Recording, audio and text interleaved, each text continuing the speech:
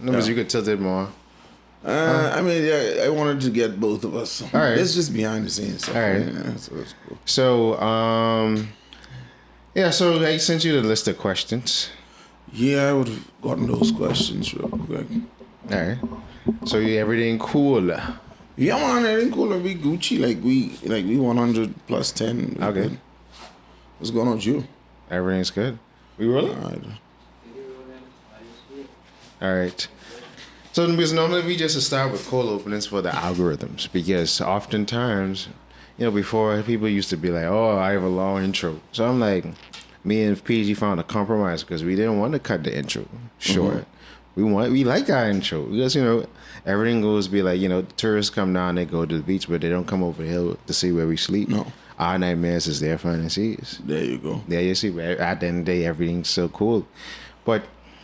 It's crazy because I was saying for like almost the last year, I was like, I wonder if I could get him on the show. Because it is part of doing these is like the challenge of trying to see if I could get a particular guest, because it's always something in my mind where I'd be like, am I that reputable enough to get these people? Because, NASA's the whole thing of how big your name is. I mean, unfortunately, life is like that. I mean, but me personally, you wouldn't have had that challenge with me because I'm just like, I'm all about empowerment of people, and whatever it is that you do, if I can assist you in any regard, then I'm on board. Now, had I been booked and busy today, that would have been a different story. Yeah. That's why I felt like that. Yeah. But when they asked, I felt like, okay, this is the opportune time now to me, because it's been in the back of my mind, and I don't know if maybe you've been live before, and I say, bro, do my part, and I don't know if you ever seen it. Well, I mean, I did go and check it out after you would have reached out to me. I saw some stuff, and I actually, like, I have something like this in mind to do for myself, because like the podcast deal is like what's happening. Yeah. I lived in the US for a while, and there's so many different avenues that you can take to gain recognition, and for some reason, like a lit podcast is one of the routes to take. And it's just hard to do. There's a lot of behind scenes that people don't know about. They think you just come and talk. And talk. That's why I tell people all the time, like, I've been doing this since 2019, and it's like, it's been a journey, because you have to, especially when you're doing it on your own, you have to build the equipment. Okay. People be like, all right, well, I could just talk, but it's like, you have to fund. If you ain't got the funds, so. Mics, cameras, upgrading, having the space, just digital equipment, and just paying for software and all that shit, And then not even talking about the back end when you have to market and push and cut clips, and that's another thing. so like you have to, if you started on your own, you have to be like an all-in-one guy. You got to know how to do graphics. You got to know how to do editing. Got to have the right editing programs. Indeed. Then your production, you need, like, if you don't have a production team, you are the production team. Exactly. You know what I'm saying? Rigs, setting up, going through it, being in place, hitting the mark. It's a lot. Yeah, I like that stuff. That's 2 minutes?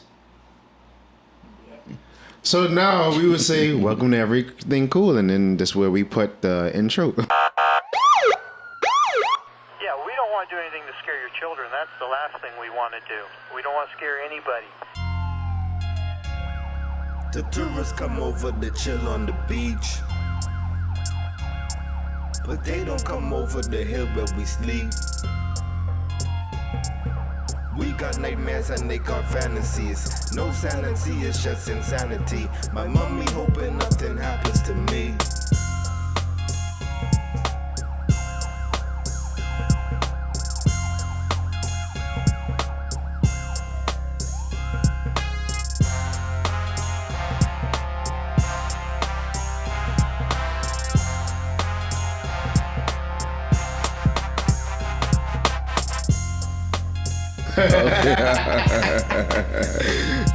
So, now that we're back from intro, because I just edited in. There you go. Let me introduce myself. I'm the Negus of Nassau, St. Anton Alexander, Lord Jalen Willard, at your service. Joined by the party and backyard of one, but this ain't PG this time. Please introduce yourself, sir. It's your boy Breast Poolin, aka Breast Breezy, aka Kilo, aka not as many AKAs at PG. AK, not just as much as PG, but shout out PG. I just PG. come from around by PG. PG's preoccupied at this moment, but we ain't gonna go into that. And last but not least, our guest for the day, the legendary Wellington Roberts, aka Welly Funny. There you go. I ain't got that much AKAs. AKA the fire, AKA the cat, AKA the rat. Nah, I ain't got so much AKAs. I'm just Wellington Roberts, also known as Wellington Funny the comedian. That's it, man. Yeah. Like the first time I saw one of their clips was when you had this TikTok where it's like, wait, I can gank you, dog, but you come around me talking again. And I was like, but I ain't had someone you was ganking a long time. Yeah, and that's kind of where my comedy comes from. My comedy comes from like the old school, make you laugh hard, Bernie Mac type vibe. Like I take it back so that persons my age bracket a little over that, and then even some of the persons who grew up with some old people, they would understand exactly where it comes from. So let's get in. Well, before we go into that, we have a special segment on Erryting Kool called the Bahamian word, phrase, saying of the day. And we normally give that honor to our guests. Okay. So word, phrase, Or saying. Anyone. I just love boy. So I mean, I'd wait so much that. How you spell your boy? I spell my boy B-E-I-I. B-E-I-I. Like, why? Hold on. Why the two eyes? Because I see B-E-I. I just boy. Like, just finish it. Like, it's not a boy. That's boy. Hey, I've said B-E-Y. That's my favorite. I like just B-E-Y. People's be like B-U-I, B-E-I. Yeah, some people just try B-O-U-Y. make it really technical and shit. Yeah, I don't know. Oh, can I? Is this PG? I mean, we can bleep it out. We're doing All right. Shout out to, No Curse family. All right. There you go. But yeah, man, my phrase would be between, I like what you said earlier, let's use gink. Gink. I can gink you. Yeah, gink you. But you shouldn't your back. That's better. Tell for the international audience, explain what is gink or ginking. Oh, I get ginky. Okay, the gink comes from that little boy that stood in front of the television every Saturday and watched Sting and Big Van Vader.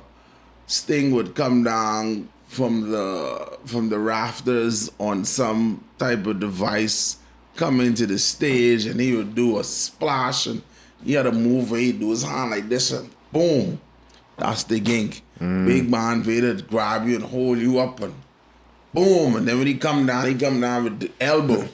So the colloquial term for that in Bahamian terms is gink. So when I put this on you, I gink you. Not even the people's elbow from The Rock. Because No. they say sensing, seeing the wrestling references. Yes, but I go way back, even before The Rock's time. Yeah. So I talking like because Sting 60 years old right now. they talking about Sting, and I talking about Ric Flair. WCW. Yeah, way back. Yeah. Yeah. All right. So tell us, how does Wellington Funny's story begin? Oh, believe it or not, it took me getting off of this rock and introducing myself to a whole different vibe type environment to see what my hidden talent potential was. I always told jokes, and I was always the life of the party to family events. Okay. So you was always the class clown growing up. Yeah, family gatherings and in school, I would be the dude, cracking the jokes and whatever. But I didn't know that I could have made it a thing. until I had moved to the U.S. I had resigned from my job. When did you move to the U.S.? This would have been back in 2014. Okay, so this was recently. So you didn't like, because I know you went to CR Walker. Yeah, I Okay. went to CR. After CR, I had gone to the Family Island to work. I'm a Family Island boy, by the way. North Andros and the Berry Islands constituency. I'm a Berry Islander. Andros man. I had my first job when I finished school. I went into construction. I was like, I didn't know the hell I was doing. I was like, all right, straight out of school. What do I do? I had applied for BBC. They were like, all right, next semester. It's like, all right, so what am I doing? Hanging around the house? So I went into the work field, and I went back home to the Family Islands. And, from there, I grew a thirst for money because I realized that I can make money. You know what I'm saying? A few years passed. I always had an interest in law enforcement. And I went into the urban renewal program, did the whole 9 yards with that, et cetera, and then some time had passed after working several odd jobs, and I decided that, hey, go after the dream, and I went into the Royal Bahamas Police Force. Okay, so it was your dream to. Yeah, I had a thing for law enforcement. I was like, I grew up in the hood. Okay. You know what I'm saying? Born and raised, being in Grantstown. I used to cross borders from Chippenham to Beantown, from Beantown to East Street, from East Street over to Centerville. Those are all borders. Like back in the day, those are borders, like real borders. Like you go over a certain border and you ain't from that hood, like. You could find your bicycle getting taken, or you could find your head getting bark off. That's another old school talk. Bark your head off. You know what I'm saying? It wasn't, like what these dudes call gangs now. Everybody got a gun. Everybody in a little march. No, It's more so like back then you had to do it. Like you had a bicycle, or you either had a bicycle or you were walking. And if you went into the wrong neighborhood, you would just see a bunch of dudes in the road. And, if you're smart, you would play you doing something, turn around and run. And if you ballsy and brave, you would try and walk past. And the questions would be asked, and if you ain't got the password, you get your head bark off or get gink in your back once or twice, So I went into policing. So what made you? I was asked this question. What made you at the time be like, "Yeah, I can join the police force"? Boy, like I said, growing up in the hood, it was either you were a product of the hood and you did some hood stuff and tried to get out. You either went into the hotel to get a job, you worked for government, or you tried to get out. And getting out was getting a armed forces job, defense force, immigration, customs, police. Prison. So I was in prison. Yeah. So I was like, all right, I need to get out. I didn't want to join the hotel line. Atlantis was praised back then. Atlanta's job was part of the Bahamian dream. Yeah, you know what I'm saying? Yeah, a part of the Bahamian dream was Atlantis' job, Yeah. Back before Atlantis, the pride was the Radisson Hotel, Crystal Palace. Yeah. Like it was a prized possession to work in the hotel industry. And so you either join the hotel line, you had one auntie or an uncle that knew something in the government, get a government job, or you get out, because getting a law enforcement job not only meant that you got stability, but you can kind of change some things about your lifestyle. Yeah. And it was a comfortable pace. So get out of my house, or get one apartment, get one car, and do some things. So I saw it as one, an opportunity to get out of the hood, and two, I was kind of passionate about like changing some things in my hood. You know what I'm saying? So I got into policing. I didn't stay long. How much years you put in? Wow. Well, I initially started policing from urban renewal. Okay. The urban renewal program had, I don't know if you remember, there was a program called the District Constable Program, where they would hire civilians to work along with police, Okay. et cetera, and they would give you credentials that would say you are a police civilian, Or like a something justice of the peace type of situation. something along those lines. So it started from there, working along with police in several policing operations, opportunities, working along with urban renewal and working along with social services and several children's homes, etc. So it was an all-around exposure, but that's where my policing began. And then when I had the chance or opportunity to go on as a full-time policeman, I went. But another opportunity had come across, and starting salary for a policeman was around 24,000 around that time, 24,000 a year, 2,000 a month. You know what I'm saying? That ain't that bad. That ain't nothing. Yeah. That ain't. I mean, hey, Royal Bahamas Police Force, I still love you. I mean, that's better than a lot of what people make. Because I think that was my Yeah. salary for a long time when they I first. mean, but see, and back then that was a high salary. You Yeah. were making $500 a week. Technically, that was an extreme salary. You know what I'm saying? Because that was back in the day when Like in the minimum late wage was 150, bro. Yeah, that's what I'm saying. Minimum wage was 150. Yeah, you know or what I'm saying? 125. Minimum wage was 150, 175, I think. So you on a government job making $500 a week, you've arrived. You know what I'm ballin'? saying? Yeah. Even though Compared to persons making $600 a month, bro. You know what I'm Jesus. saying? So you know what I'm saying? So Yeah. but then I did some research, and I would have learned that there was an opportunity in Broward in the U.S. To become a sheriff's deputy, Oh, and their starting salary was like 74,000 a year.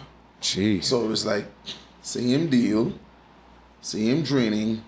And you get to go to Walmart and more money. But the plus side is you get to go to Walmart. Yeah. You know what I'm saying? Yeah. So I visited that option. And the funny thing is, I didn't properly prepare myself for what I would have had to have done to even start that process, But I had met someone that was living in the U.S.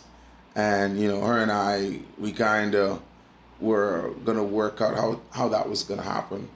But wouldn't you have been straight over there because you was gonna take a job? Yeah, but like I said, there was more behind it than I assumed. Okay. But I took the first initial step was to get there Okay. and figure it out, and then go through the process, etc. That person that I would have connected with is my son's mom. Okay. So I went for a job and made a baby. Wow. That's how. Things happen. But during my time there, that's where I gained my passion for entertainment, comedic entertainment. So you was a sheriff's deputy, but honing your craft as a comedian at this time. I wasn't a sheriff's deputy. I never got the job. Oh. I went for the job but didn't get the job. But I could not work. Okay. You cannot work in the U.S. Without special visas and all those things and whatever. Yeah. So, it was, you're here, what are you going to do? My son's mom at the time, she took care of me. I was a stay-at-home dad.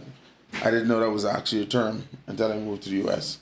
It really is. Yeah, but I was a stay-at-home dad. And when I didn't have anything to do, and I was extremely bored, I was like, okay, so what do I do? I started to visit open mic nights, and I saw that persons were doing what I did back home. They're basically, you get on a stage in front of a mic and you tell a story. Just you have to know how to make that story interestingly funny. Mm-hmm. And that's what they did. And I went to a few open mics, and then I was like, you can do that too. Mm-hmm. get on stage. I signed up. I could remember I signed up, and I met this comedian by the name of Fridge. His stage name is Fridge. Big guy. And I said to him, I said, how do you do it, man? How do you go on stage in front of all of those people and tell these stories? And he's like, man, listen, I don't give a blank about those people. I'm there to have a good time. So he's like, he made me understand it wasn't about him. I mean, it wasn't about them. It was more so about him. You know what I'm saying? And he went there and he just did his thing. And, I signed up at a few open mics. I went on stage, did my thing. At first, it was a crickets type environment. Yeah, because most people say, their first gig be bomb because you don't know how to, like, you have to work your material. Yeah, people tend to say that and it doesn't work out that way. Okay. Comedy is a whole different animal. When you have to stand in the front of some people, public speaking alone. It's a challenge for most people. Yeah. Public speaking alone is like, oh my God. You know what I'm saying? So imagine public speaking in combination with trying to entertain, and not only entertain, but make people laugh. That's what stand-up comedy is. The first few times I did it, because my culture or even my dialect was Bahamian, and the culture was Bahamian, I didn't really resonate with the audience. Yeah. And so I had to learn to say certain keywords, and had to learn how to switch up some of the things that I said. Like, all right, in the U.S., they don't know what boy is. Yeah. They're like, what boy is? I like, this boy. So I had to turn boy into cat. I was like, this cat, this cat thing I was playing. And they understood what I was saying. You know what I'm saying? So I used American dialogue and switched it up. And then I started to hit my mark. And after doing it a few more times, I realized that I can do this. I just tell stories. You know what I'm saying? That's how I got into comedic entertainment, public speaking, and that's where it started. And that's how I got into. This is the end, but not the end result. But this is where I'm at today. This is like more of a finished product. Yes, this is the finished work. So from that whole experience, obviously, so this was 2014 when you went over there for the. Yes. Okay, so. By the time the first time I saw you were working at BTC or doing segments with BTC. So this was around 2016, 2017. So what happens between 2014 to 2017 to bring you back to the Bahamas? And give us some of the trials and tribulations of trying a comedy thing. And first of all, America doesn't allow you to stay in their country and just be there. Yeah. So, I had to get a certain type visa for extended time. I couldn't work. I had some people that showed me some love. My mom and whatever. I had some family members that were like, you've always been a good guy. We're gonna take care of you from here. And so financially, I felt kind of burdened. I felt like I was burdening people financially because you're abroad and people are sending you money every month or whatever. And I'm like, okay, I have this woman taking care of me. I'm an island man. I ain't used to this. I don't stay home and cook and clean and wash. That's a woman's job. You know what I'm saying? So I was like, you know what? Let me get out of here.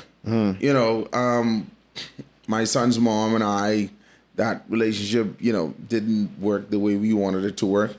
I came back home. And the funny thing, you mentioned BTC. I was only home like 6 months. And because I had started to release content on my Facebook, on my Instagram, BTC, they took a liking to me. And what's the lady's name? She reached out to me from their marketing department, and they were like, hey, we'd like to meet with you. So the meeting was set up. And I had another meeting after that, and I walked out of BTC on a 1-year contract, and they renewed me every year for like 3 years. Okay, so because you said they saw you from posting content on your social media. So when you started to really get into social media, because you were saying how you did with got into it as a stand-up comedian. Yeah, but, I got into content creation. A lot of people don't understand what content creation is. Content creation can be you doing a video brushing your teeth. Mm-hmm. You know what I'm saying? And that's content. Mm. You could be advertising a toothbrush, toothpaste, a water system, a particular type restroom fixture, whatever. It's content. And I realized that the simplest type of content is what gets recognized. So you do something simple, funny, interesting, etc., and people pick it up. So I just started to do a lot of videos. Like I created a huge barrage of videos, usually by myself, talking about something that's happening or something that was going on. And I released on my platforms. And they found it to be extremely funny because I could remember initially I used to do a thing where like I would record people talking and I would say in the background what they're saying to each other.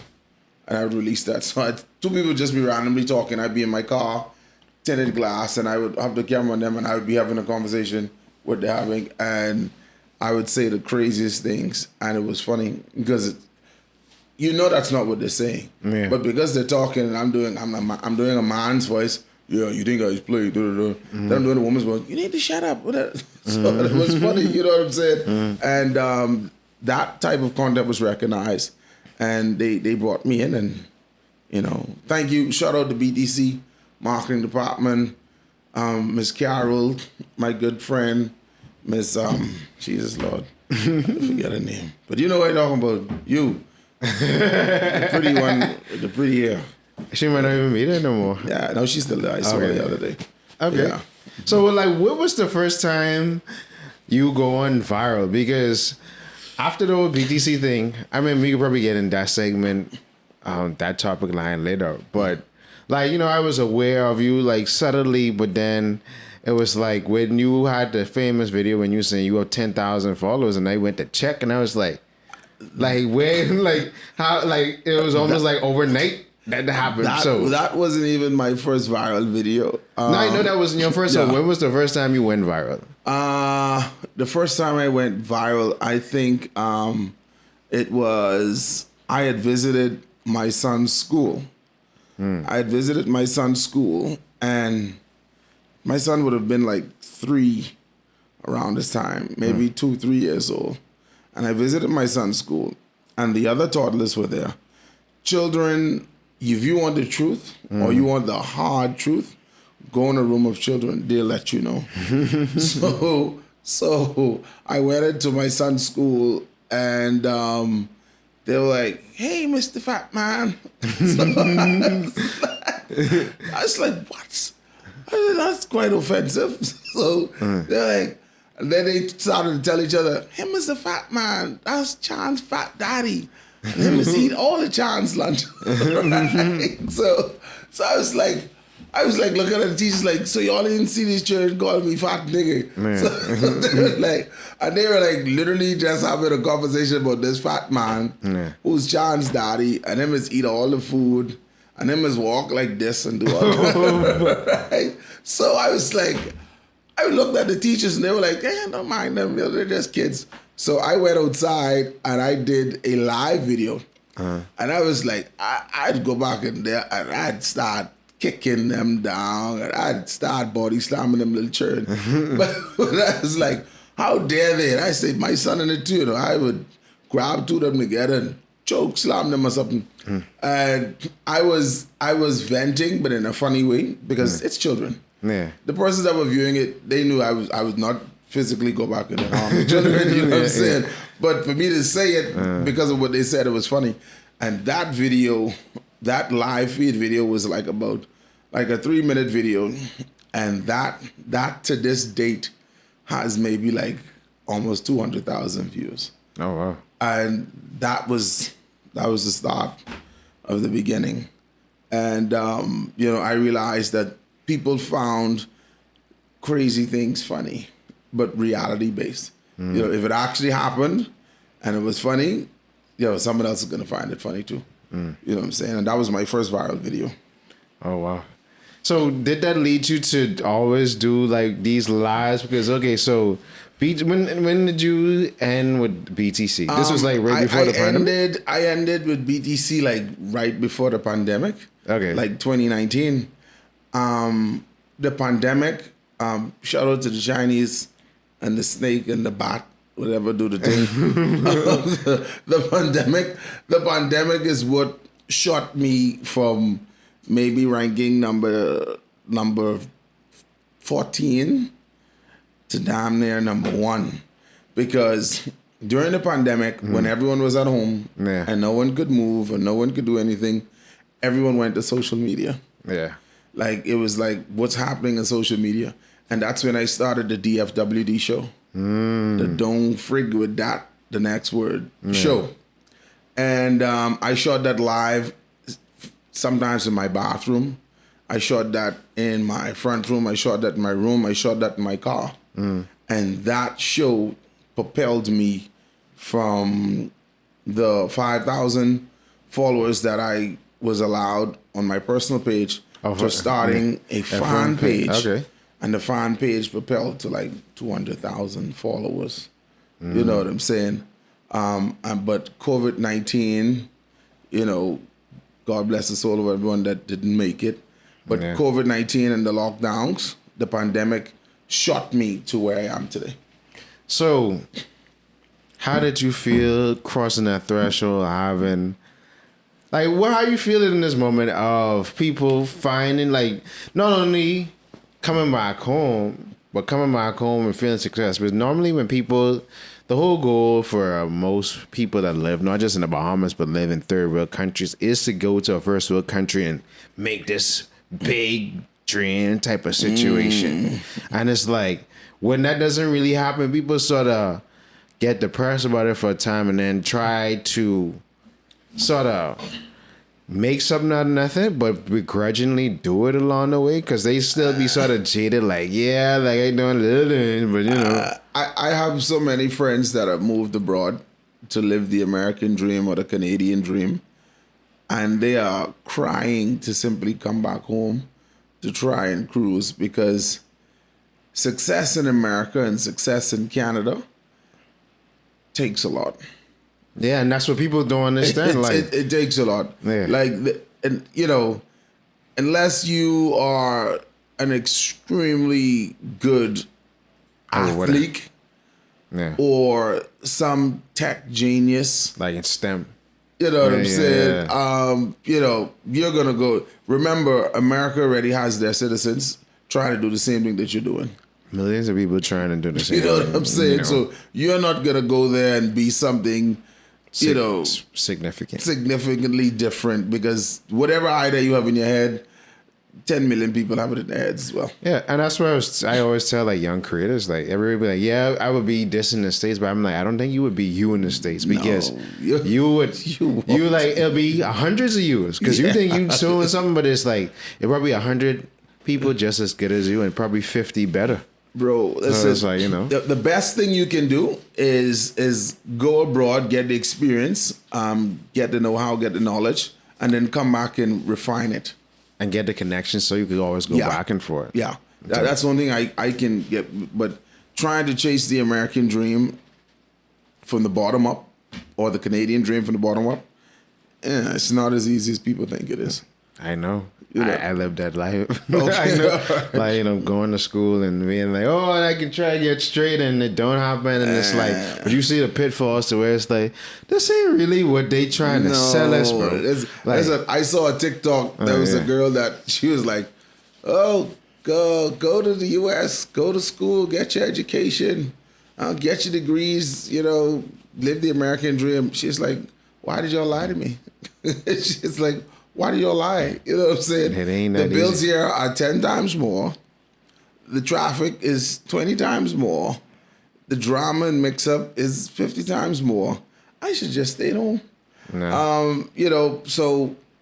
My experience was something different, because the comedic industry or the comedy industry in the Bahamas isn't as highly recognized as other industries, and there aren't much people involved in it.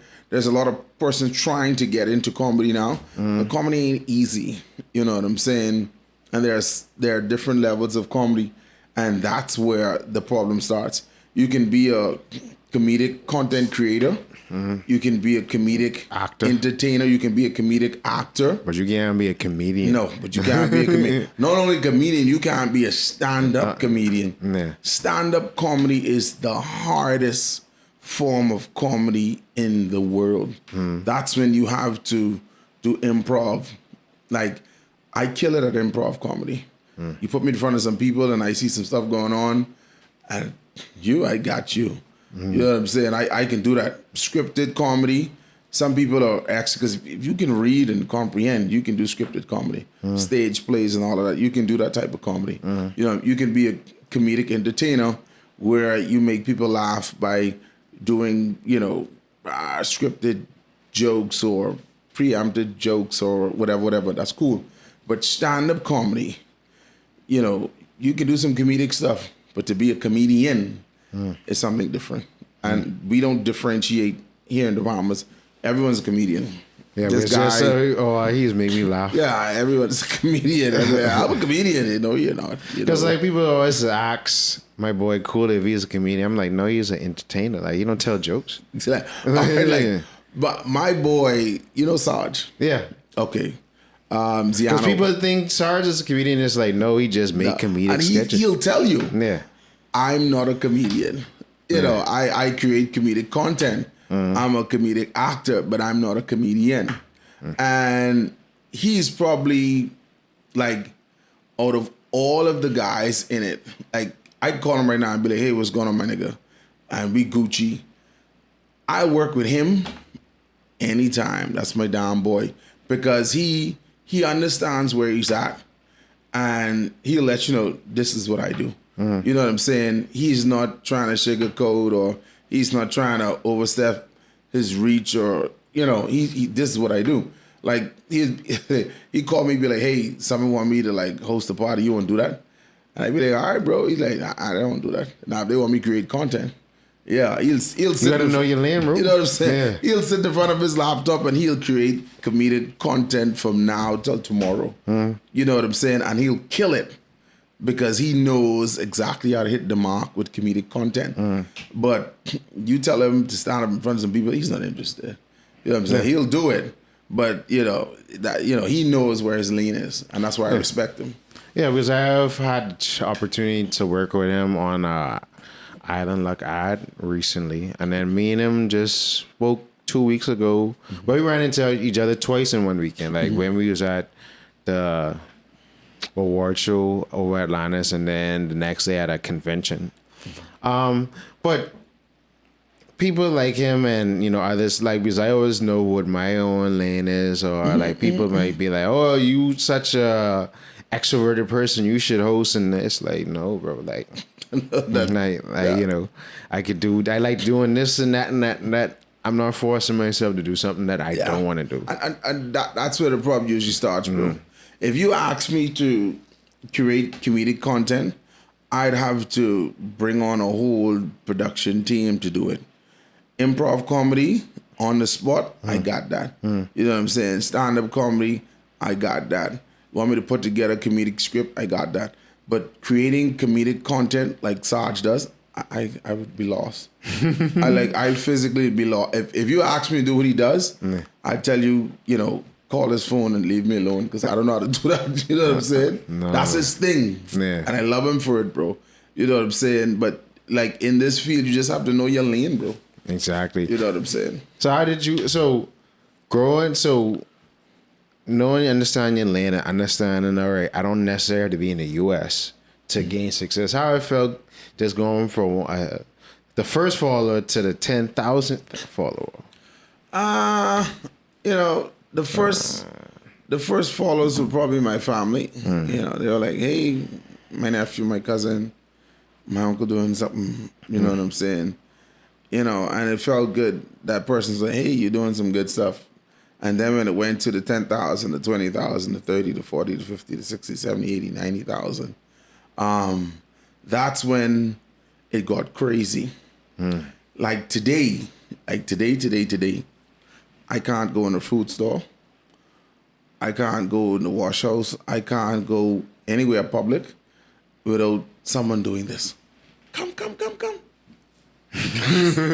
Or sing the song, do the thing with just eyes make the bed. Every club, every party, everywhere I go where there's music, do the song. I'm like, okay, all right.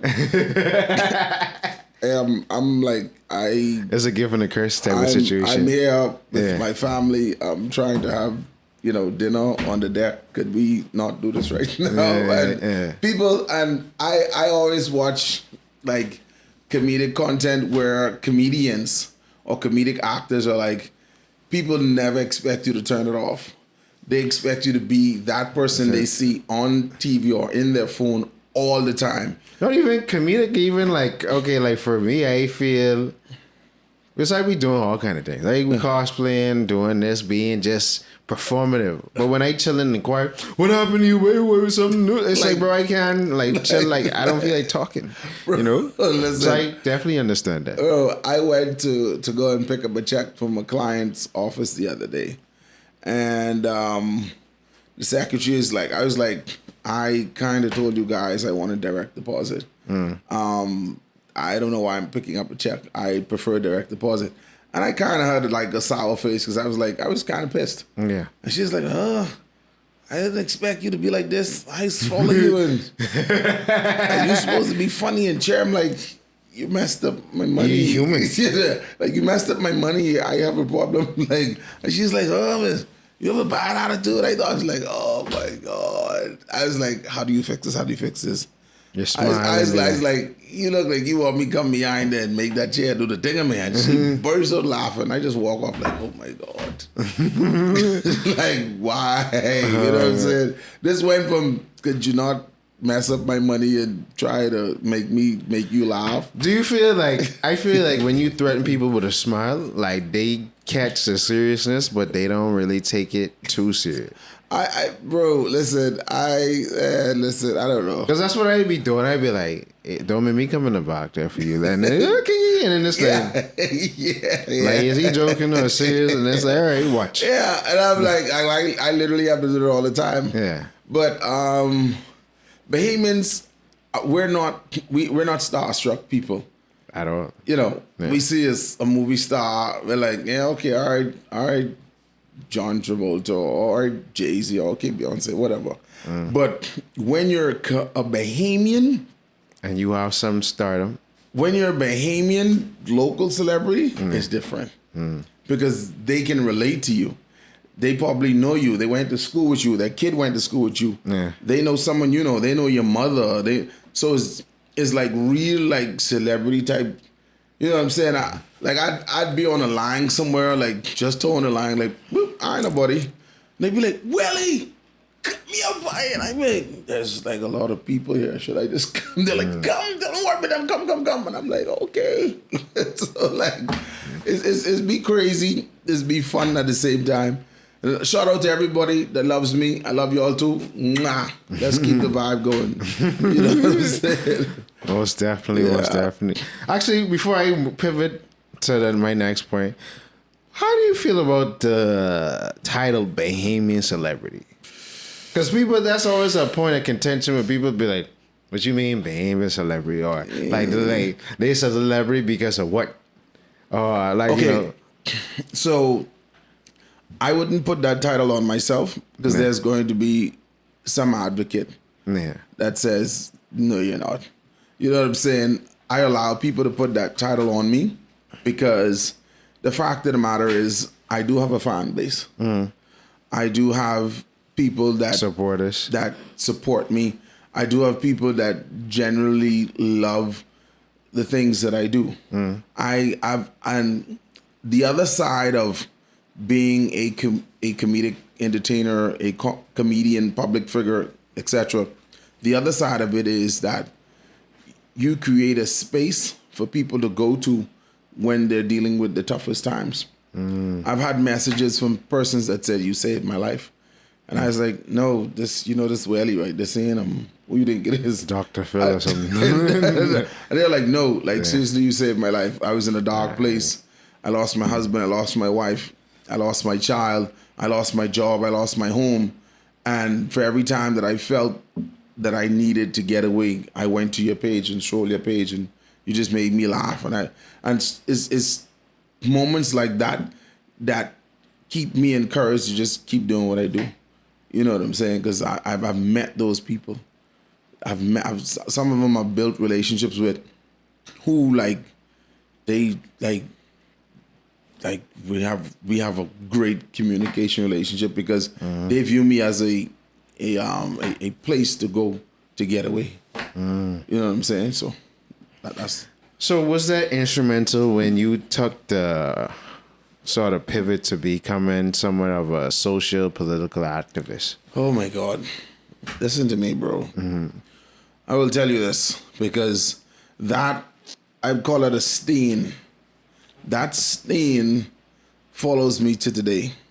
Okay. Which one? You talking about when you was started protesting, when it was, because this was like 2021 and like the early part of 2021. Okay. Yeah. So tell you what happened. I evolved, and as I continued to evolve, I realized that I should have stopped at some point. I went from comedic entertainer to comedian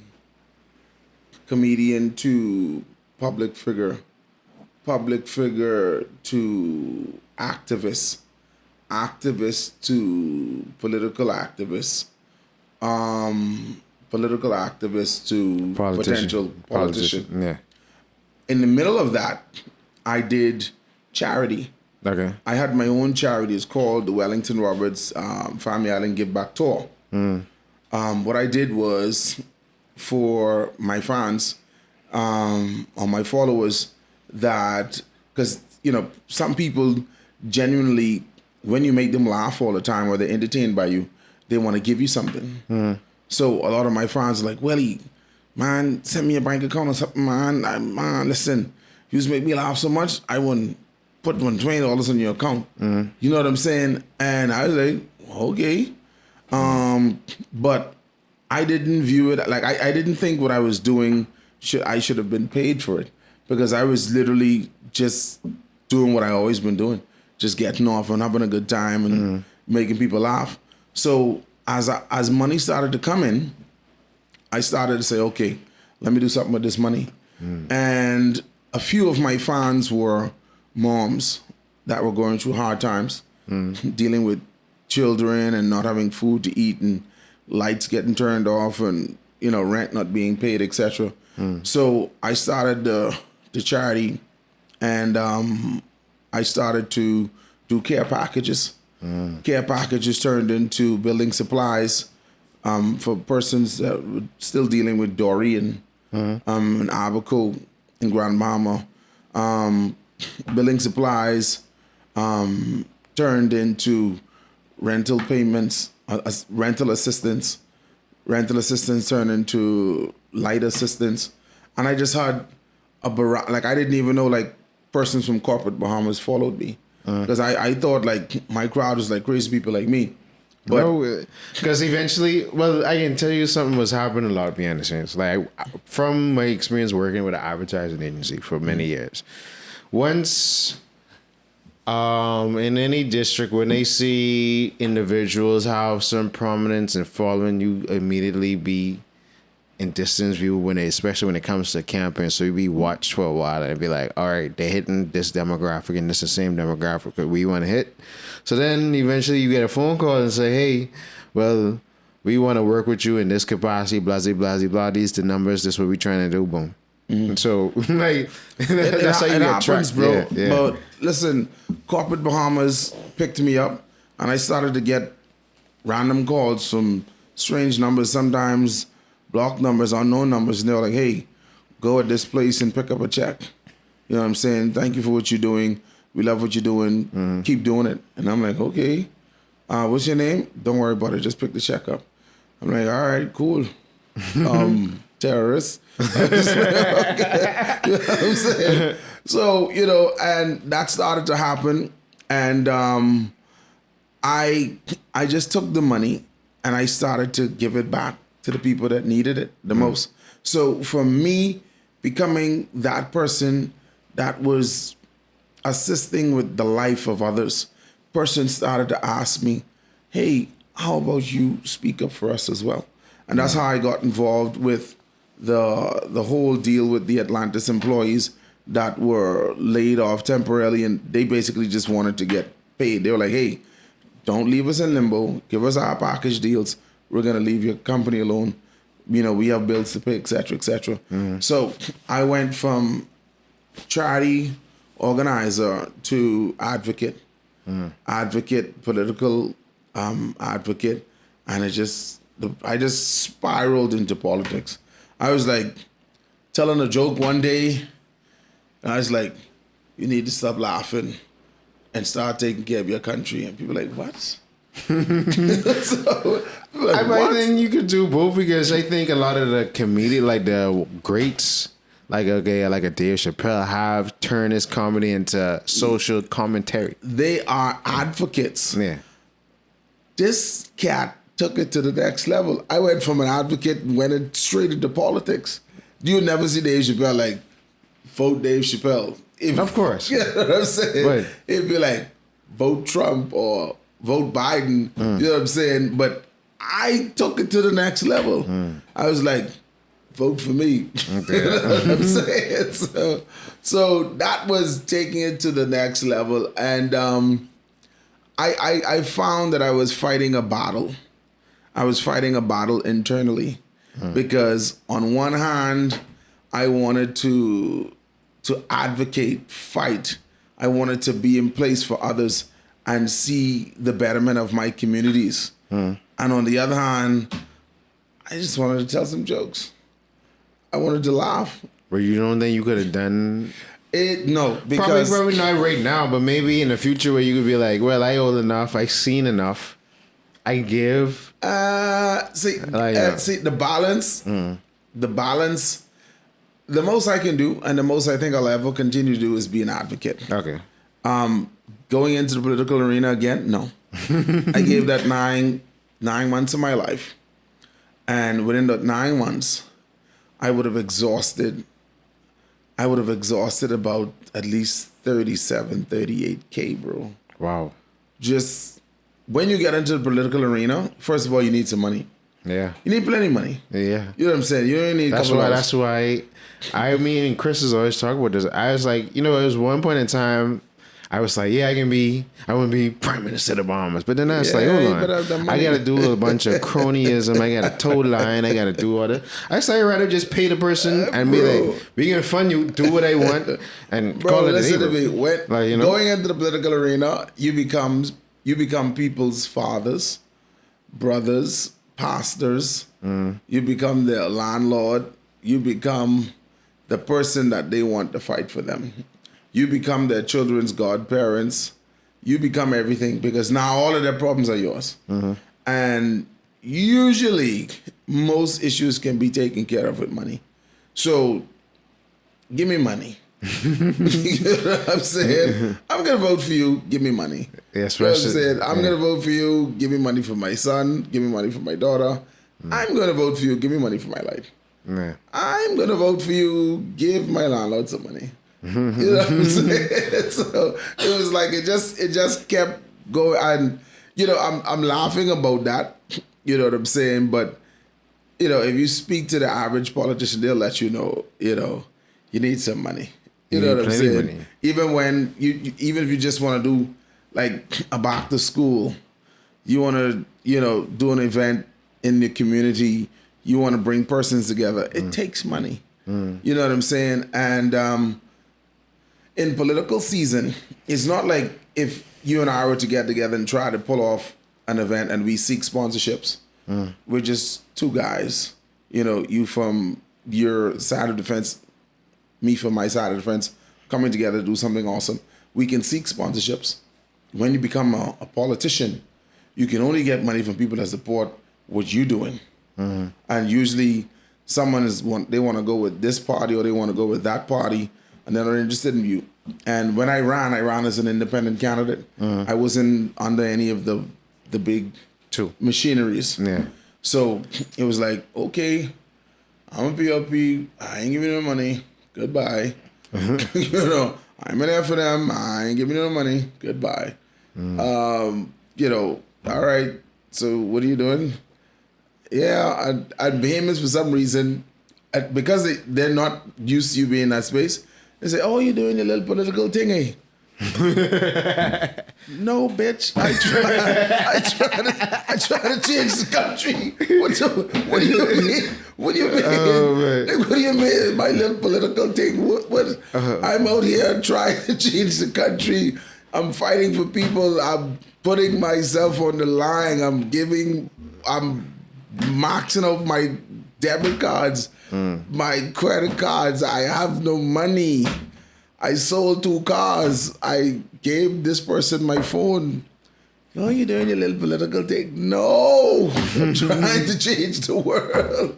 It's not a little political thing. You know what I'm saying? So that's what was most crazy about it. You know, being an independent candidate and just trying to get some help and people just not taking you serious at all. Yeah, because I feel like, because I watched the live when after the whole ordeal, you coming back from North Andros. I think I was there around that time. Oh, well, which day it was? Was it nomination day? One of them days I was in Andros doing something with a client, and I had come back, and I think you had just either went over or you didn't make that trip. Or, I can't remember what it was. Okay. But basically, you had come on live and you were saying you had to address the whole thing about, oh, well, he switched this and da-da-da-da and da-da-da, and you just break down was like, wait, this wasn't really making me happy. Yes. At the end of the day. And I tried to make people understand. They were like, oh, you're the old political prostitute dog. And I was like, what? Oh, you're the old cat cock sucking political bitch. I'm like, listen to me carefully, bad. I don't know where y'all was when I spent all that money. I don't know where y'all was when my family is like, okay, you remember this team? All right, then carry on smartly. I don't know where y'all was when I had to pay 6 months. I paid 6 months advance rent to my landlord in Andros to live in Andros, bro. I literally was living in Andros. You understand what I'm saying? Never lived there as an adult my entire life. I went into a community where I wanted to do something different. All the other politicians, they lived in Nassau. They flew in. They spent a day or two. I went and I lived there for 6 months. So when my potential voters by the bar grabbing a drink, I grabbing a drink with them. When they're in the food store, I in the food store with them. When they're at the wash house, I at the wash house with them. When they go to church, I in the pillow in the back of them. You know what I'm saying? So I wanted to live in that community so that people were able to see me every day and they would have been able to say, hey, all right, maybe we'll give him a chance. Left my home for 6 months. Left work for 6 months and just went to Andros to spend money, basically. Wow. You know what I'm saying? So that was crazy, bro. You know what I'm saying? But like I said to persons, I didn't step down to join any particular group. I stepped down and I endorsed the candidate, the PLP candidate for North Andros and Barry Islands constituency, because him and I shared the same views. We shared the same views. We had the same thought process for where that constituency could go, and he was out of the two, he was the best candidate in my view who could carry that constituency where they need to be. So I stepped down and I endorsed him. And after endorsing him, I joined his campaign and I assisted with his campaign. And after the election was over, I just went back to comedy. I went back to where I was comfortable. And what happened was that I think that was the craziest period in my life. So I have 100,000 people that followed me for comedy. When I went into politics, that went down to 50,000. So 50,000 of those persons like, okay, you're not telling jokes anymore. We don't want to be here. Yeah. You know, you suck now. You know what I'm saying? I'm going to leave you alone. Out of the 50,000 that were there, they were like, he's just going through a phase. 25,000 that were, he's just going through a phase. You know, we love him to death, etc., etc. The other 25% were like, okay, this is a good deal. Let's do it. We support you. We back you, etc., etc. So there wasn't much movement on the page. And then to that 50,000, I now went an additional 25,000 joined. So I went back to 75,000, but that 25,000 were staunch political people. They were like, okay, we fighting, we doing this, we going against the green, we ain't going over here, and we ain't going over there, we running down the middle, and we with you. So that 25,000, when I said, no, I ain't doing it no more, they're like, you know what I'm saying? They're like, you's a piece of crap, you's a piece of this, you ain't worth cat shit and Chinese money. I'm like, oh my God, what is going on here? So it became crazy. And that's when you start blocking people on your page. I had to, because people were going crazy, bro. People were threatening me, bro. I was literally getting threats, bro. Oh, when I see a car, I go. There was one point where someone tried to run me off the road, bro. Someone tried to run me off the road. They screwed on the window. They flipped me off, and they're like, "Yeah, wait, cat ass and Chinese money. Why you ain't going with this body?" But I'm like, "Oh my God, y'all taking this too serious. Like y'all really going crazy." Oh man. You know, so I that was a crazy part in my life because I went from comedy to politics, you know, back to comedy, and within that transition, I grew some what do you call it? I got some hate mail from persons that just couldn't understand what I did. All right. So, talk about you being a father, and is it 4 children? 3 and 1 on the way. Okay, so it's gonna be 4. Yeah, it's gonna be 4. All right, so talk about. Oh my God, this isn't gonna be viewed by a lot of people. We're just to back up because we already an hour in, so Okay, they right, still cool. here. Yeah. All right. So the thing about it is Like being a father and doing this comedian and the ups and downs. I mean, okay. So I've always tried to make my children a part of my comedy. I either would bring them in directly or indirectly. When I would shot the live show back in 2020 during the pandemic, I would always include my children. I would bring them on the live feed either before or after. So like I have fans that know all of my children by their full names and can identify them if they see them. And I've never met these people. I don't know some of their names, but if they see one of my children, I've had persons physically take photos with my children when they were with their moms and sent back to me and be like, "Oh, I met Chance, or I met Miracle, or I met Kirsten, or I saw them." I'm like, okay, let me record your name in case the police need to know everything. You know what I'm saying? But yeah, so I always infuse my children inside of my comedy because I wanted persons to know that I was not only a comedian, but I was also a father. And I was a good father. You know what I'm saying? I love my children. I would take them everywhere behind me. And, you know, it's like every Saturday, Sunday, you catch me and my son in the barber. You know, Saturday afternoon, you catch me and my middle child in the mall. You know, throughout the week, you catch me and my baby together. You know what I'm saying? So it was always me and my children, and being a comedian and working at the same time, you know, I had to create a balance. Like my children are now at the age where they're recognizing that people know their dad. So my middle daughter, she's 3, and if I were to bring her here right now and she would join this conversation, you'd be like, she's 3? So she saw me on TikTok. She goes on her mom's TikTok. She saw me on TikTok and she's like, Daddy have a song. She's like, Mom, you know that's my daddy? She's like, yeah, you know your daddy have a song? And so every time my daughter, she comes over, she's like, eyes made the bed, do the I'm like, girl, I'll slap you. You know what that song mean? I'd be like, you want me to chop you in your neck, girl? What you talking about? You know, and my son, I love my son so much. My son wants to be a blogger. Because How old is he? He's gonna be 7. Okay. So he was like, Daddy, I want you to buy me.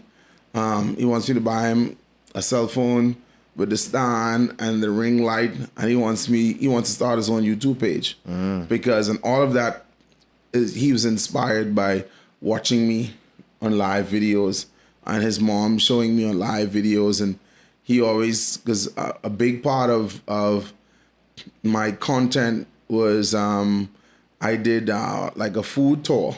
I don't know if you ever saw any of my food videos. No. Okay, so I would go to different restaurants and eat food and talk about it, and you know, would have it on my page, etc.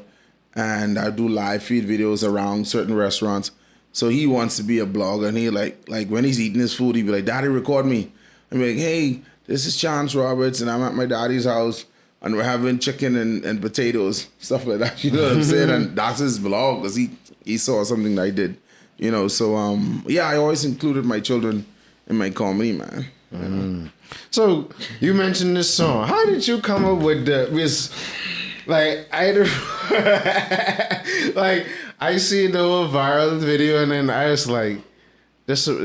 I feel like this came on my own brand. So, Bro, like, listen to me. One night, I was shooting my live feed video.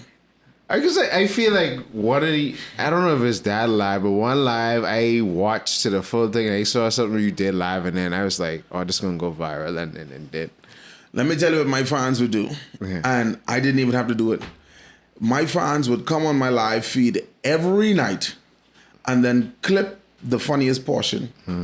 They would they would screen record, clip the funniest portion, and then put it on TikTok. So a lot of my content that's on TikTok, I never even put there. Wow. You know what I'm saying? My fans would have clipped it from a live feed video and then they put it there. And that song was one of the things. And the fan that clipped it, it was a female. She said she liked it because I was doing this. I was doing some head movement. She's like, hey, hey, and she clipped it. Now, what happened is the song, I swear to you, if you look at the original song, what it is, you'll see cool. Where I started, like, I think I was talking about something about a bed, and I was like, all right, I got this out. I know what to do with this, and I played that song, and that Thrillville, the beginning of the song, and I went, and I said, this would be busy done, and I went to say it one time, and I said, as I was grooving, I was like, eyes make the bed, do the thing, and then I stopped, and then I was like, say it again, eyes make the bed, do the thing, and I swear to you, one of my fans clipped that exactly at 30 seconds, and that one clip was placed on TikTok. That video was on TikTok before I was on TikTok.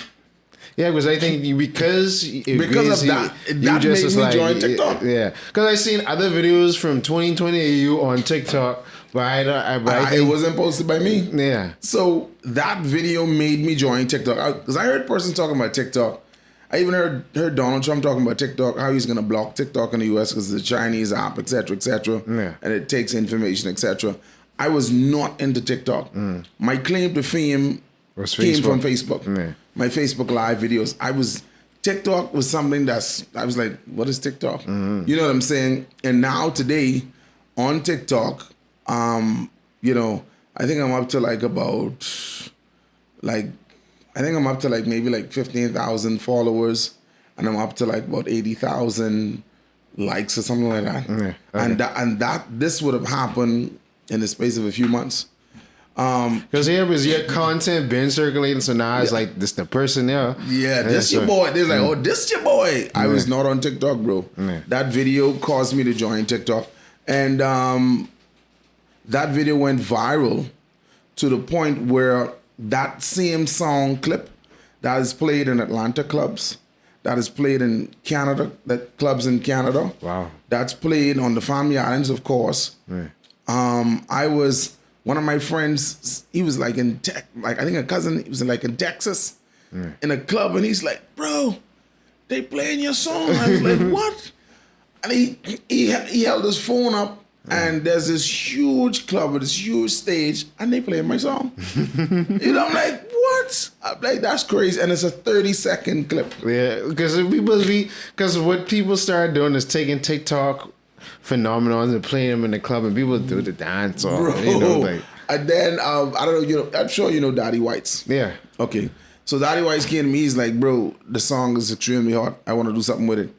I was like, you curse a lot and say stuff. I don't know. I was like, he's like, no, I can do it clean. I can do it solid. I was like, I was like, all right, Whites, let's do it.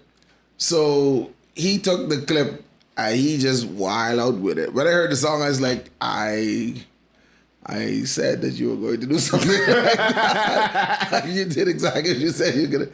He's like, it's an extremely vulgar song. His version of it is extremely vulgar. And I was like, I would not have done it that way. You know what I'm saying? But he made it more of a hit because now it's a full length song. It went from a 30-second clip to now White's doing like a 3-minute song. Wow. You know what I'm saying? And that portion of it is the chorus. So the chorus is played like 3 times in between him spitting some lyrics like 2 times. So he made a full-on song with it. And he sells it on the CD.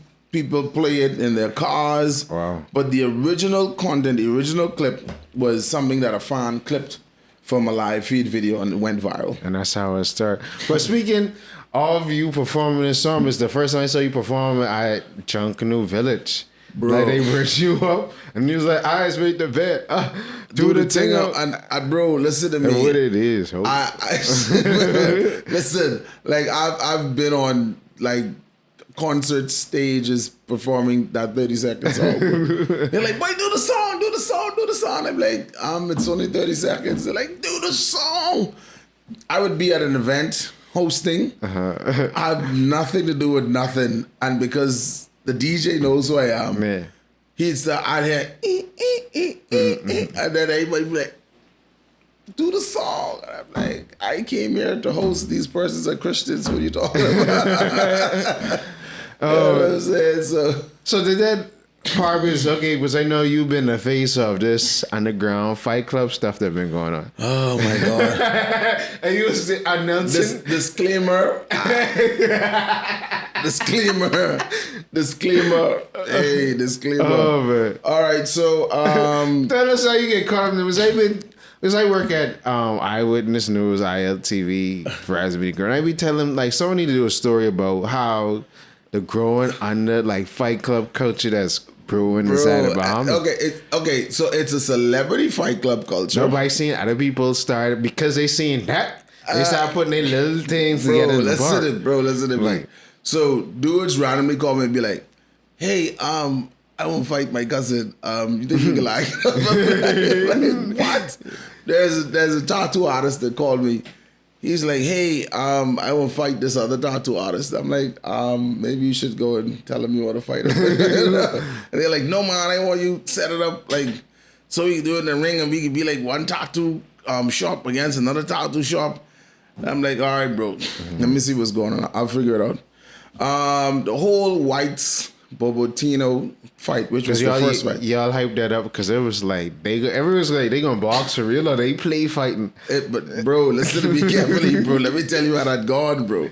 So White is like, hey, well, let's do something solid, but let's do something together. I said, all right, bro. He's like, man, like I want to do like a fight or something. I was like, I would physically go to the police station and make a complaint against you right now. I was like, I will not fight you. He's like, no, man, not you, man. Like, blah, like I would make, I say, man, me and Tino gonna do something. I was like, did you speak to him about it? He's like, no, but I get reason with him, blah, blah, blah. So they came together. Shout out my boy Dice Sanders, the whole John Canoe family. Yeah, I know Dice. John Canoe village family. I want to take credit to why he had who he chose for the second one, because initially when I saw the Bobo Tino fight, I say, "Well, you should do one with Sarge and Vocab." Don't try to get this credit. He got this credit. And he's like, whatever he Sarge, and I say, wait, because they'll do all the different videos and hype it up and wait, no, but listen, we doing comedy, man. We ain't throwing no hands. We doing comedy, bro. Yeah. So anyway, Whites and Tino decided that they were gonna put it together. They consulted Dice, and Dice was like, all right, listen, I got Whites and I got Tino. I need you. I say, boss, what you mean you need me? He said, man, listen, ain't gonna sell unless you sell it. So I say, okay, all right, cool. Boom. I connected with White Centino. Now, let me tell you how the mindset of two individuals makes good content. Mm-hmm. So White was like, all right, Tino's my boy. We just hang out, we cool. We going in the ring and we going spar. Mm. At the same time, people are telling Tino, oh, you dope, Whites can kill you in that ring, mate.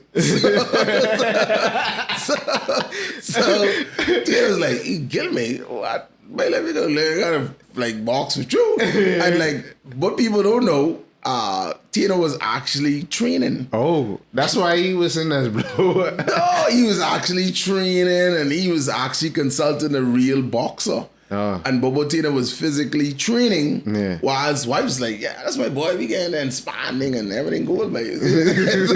But on the other hand, people were telling Bobo Tino, but you was all dope, ass, mate. Whites can kill you in that ring, man. So his mind is, he can kill me. But let me learn how to fight. So they went into the ring with two different mindsets. One is like, we just getting clown around. That's like, man, I can kill you. You know what I'm saying? So when they went into that ring, and when Whites realized that Tino hit him like two real blows, he's like, what? No way, I ended up he fall on the ground and he's like, man, I don't want to fight. I don't want to fight no more. Like, I ended that. But that person's were like, bro, get up and fight, man, get up and fight. And that's when he started running around the ring and trying to throw himself out. He was trying to throw himself out the ring. But Bobo Tino was physically in there trying to make a point. Like, my Whites, I kill you. I ain't playing. Bobo's like, he was like, arms up and jabbing and White's like, why don't you there? Hey, mate, move for me. So that happened like that. And in the middle of that, I was responsible for creating the hype content around it. So you were selling the show. Yeah, so I sold it, bro. I sold it. But, and I understood that they had two different mindsets, but I was like, all right, I ain't gonna tell him what he thinking, and I ain't tell him what he thinking. So let me just see what they can do. Well, I think because one of my critiques of not really that fight, but the second fight was because I spoke to someone who was there for the second fight. Mm-hmm. Shout out Sherwood, he was a past guest on the show, and Sherwood was trained. You know who MoFi is, right? Mm-hmm. Yeah, so he's trained MoFi, and I was like, bro, if I ever do the celebrity boxing, I was like, wait, I want to train with y'all. He's like, wait, we get you straight. Because I was like, bro, I ain't really want to knock niggas. I just want to be able to protect and move. Because it's like, I can make it a whole theatrical day and then come up with a whole how you enter the ring and everything. And I was like, well, I think they talk to be like, yeah, we only sparring, no headshots, no this and no that or whatever. So I was like, but I was like, because someone could get hurt, like so one person taking it seriously and there ain't no even weight classes and thing. I say, you know. Yeah, and the second fight was second. Hold on. Okay, so the second fight was Vocab and King Cloud. Yeah, King Cloud. Another misunderstanding at its greatest. Oh, yeah. Where Vocab, like Bobotino, he went and consulted an actual boxer. Yeah. And Cloud, he went into the gym. He's like, let me just bulk up and just do a show 1 or 2 blows at me. Like, I could just block them. And, you know, Vocab's like, you're going down. Yeah. You know what I'm saying? And Cloud is like, what? What you just say to me just now? What? What you just say? Yeah. So they went into this ring with 2 different mindsets. You know what I'm saying?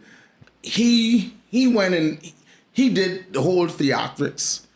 He had security, like bodyguards, and he had like theme music to come in the ring, and he had specific type dimensions for his clothing, etc.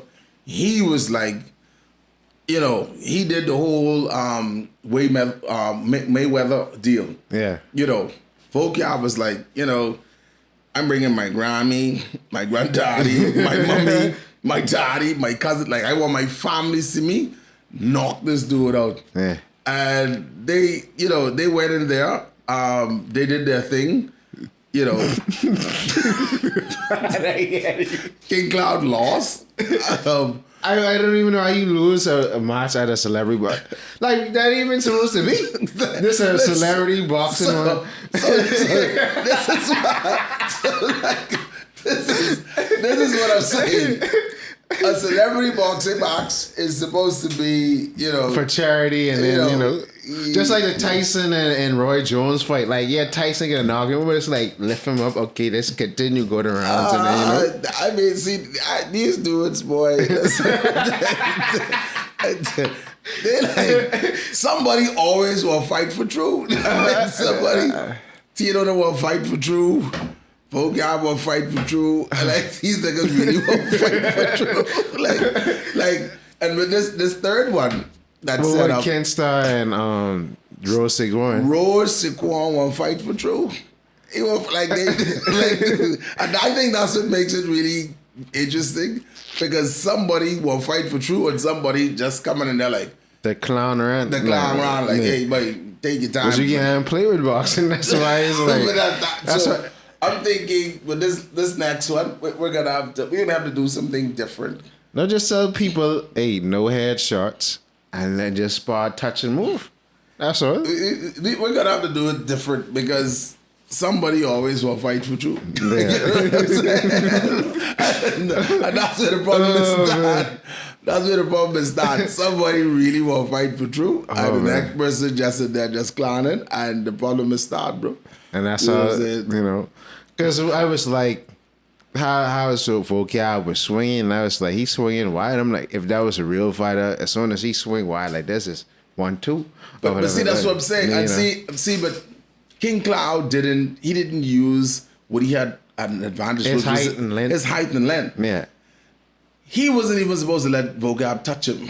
And he keep on putting his hand He's low. supposed to just keep him down, and every time you open up, just put it on him, because he has the height. You taller than the dude, and you longer than the dude. Yeah. So you over him, and you can keep him off you, and you just doing this. No, but he kept on ducking his head. He's like, see me here. What you gonna do? You could yeah. Oh man. Yeah, but it was fun. It was funny.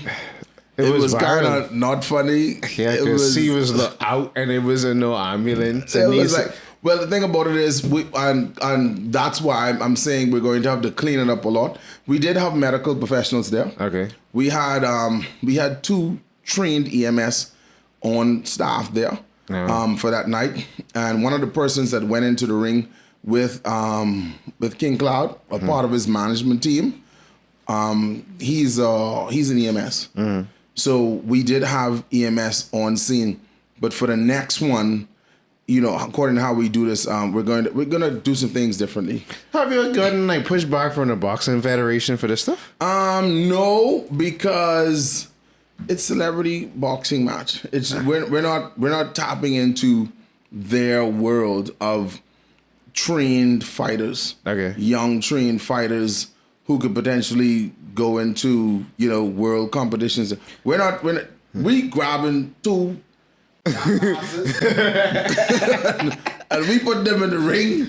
And one of them will fight you through, and that's what's going on. Bro. No, but you might come with a celebrity who, like, he might not have his hands licensed, but he already had significant training, and everybody know that, and then someone really.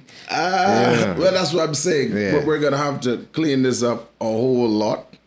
We're gonna have to clean it up the next go around because there are a lot of questions that are now being asked. Yeah. And a lot of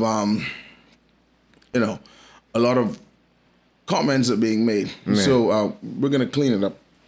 So before this, because I know this is probably the last question I ask, your fitness journey, what inspired that? And that sort of connect to the whole story you told with the kids part. Listen, in the beginning.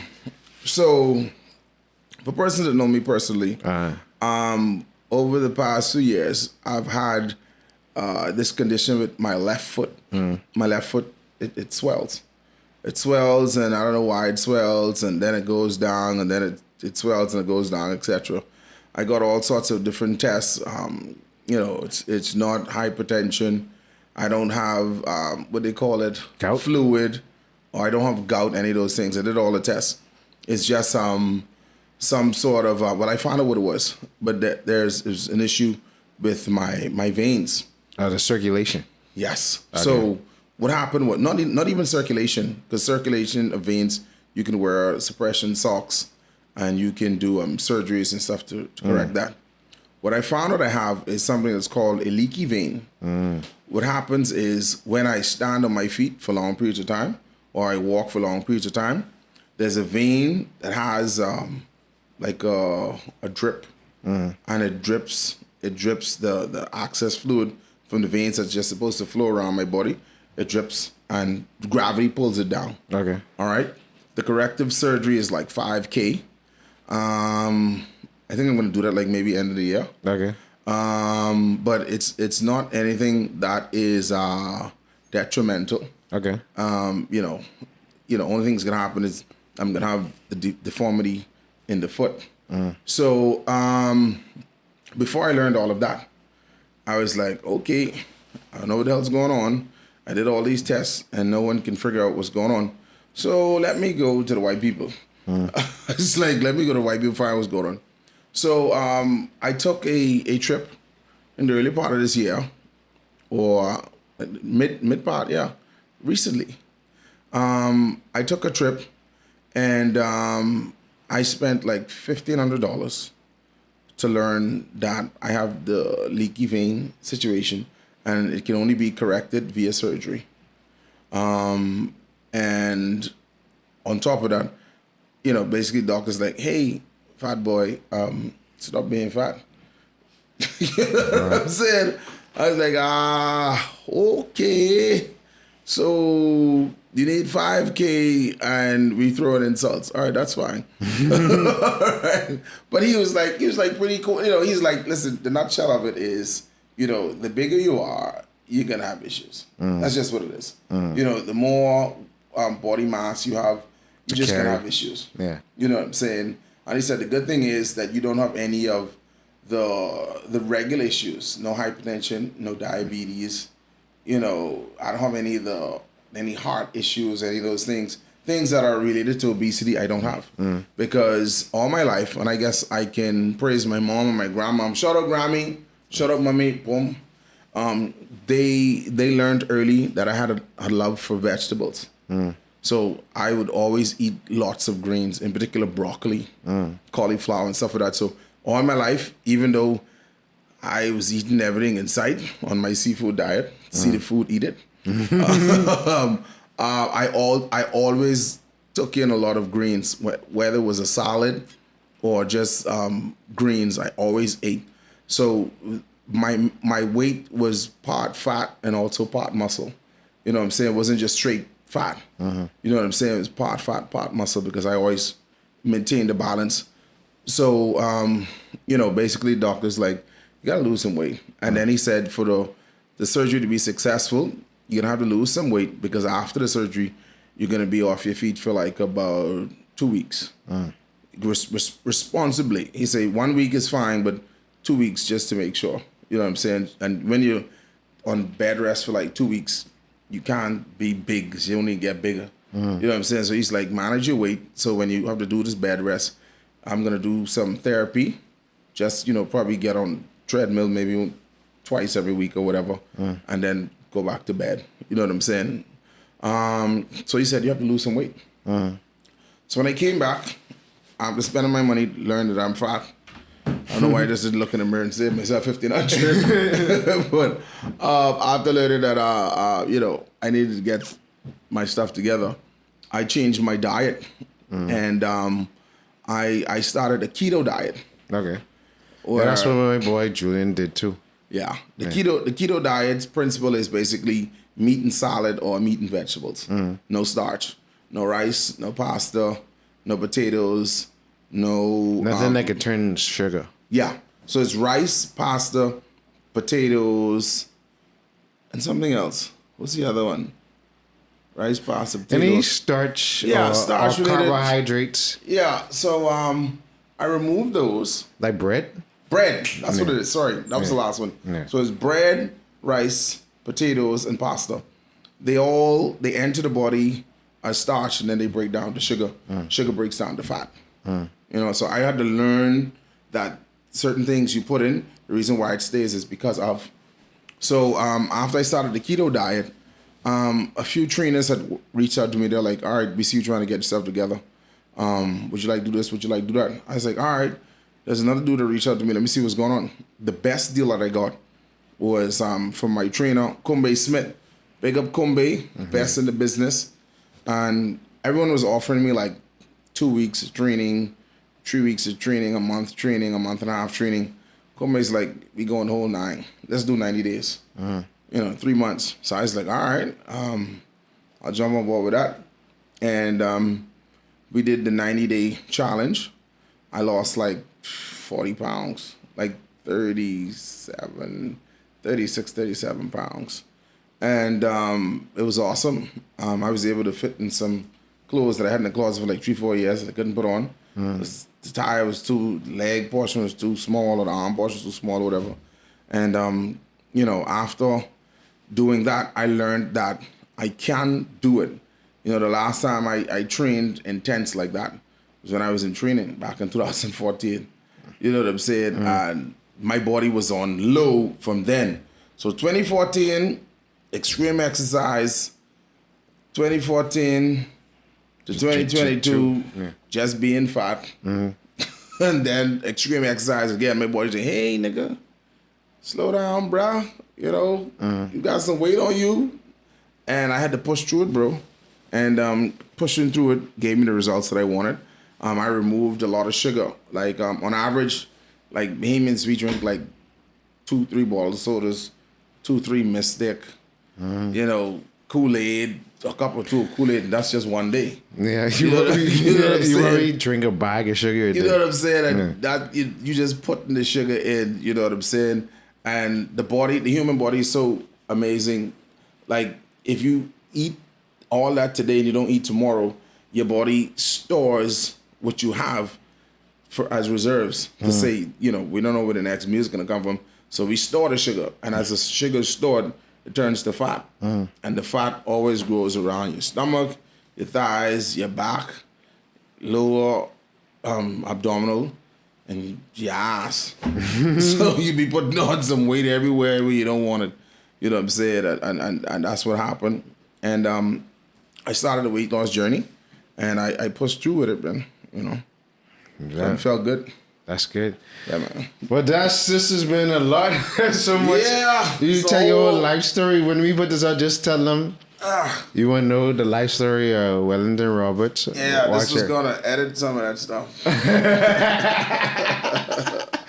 Well, thank you again for joining us on Erryting Kool, Welly. We really appreciate it. I appreciate y'all, man. This has been a very entertaining audio journey. Yeah, man. But until next time. Well, follow Wellington on all the socials. You on Facebook, TikTok? Yeah, Facebook.